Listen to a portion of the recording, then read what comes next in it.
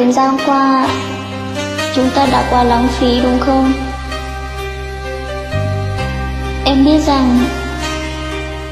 chúng ta đang gặp nhau là một điều rất may mắn, nhưng để đến được với nhau đó là một điều rất khó. Nhưng dù sao, em cũng rất cảm ơn đã được gặp anh và đã được yêu anh,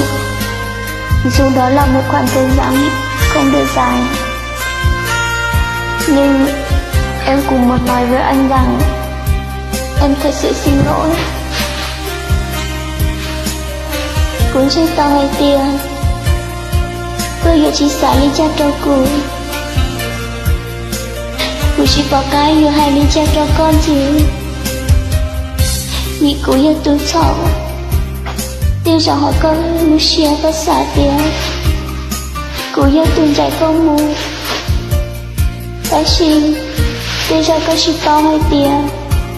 một ý tôi tư mình. Nếu như lúc lúc thiên nhiên nhiều câu hỏi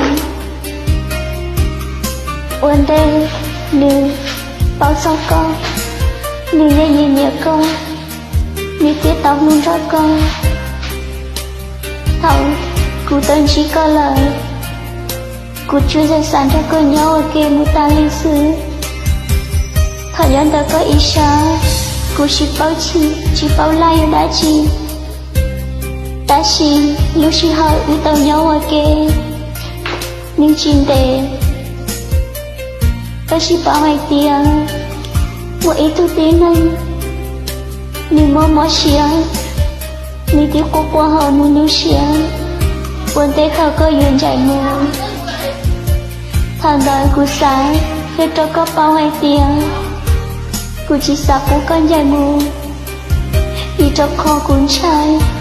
chạy ra ứng chạy mù lời như chỉ một ý hiểu như tao xin gì ta chỉ có của sáng vì như chỉ dùa kế vì cho khó vì xin chạy lời vì sơ kế lưu cứ lo rung rung là kia cuốn trái hay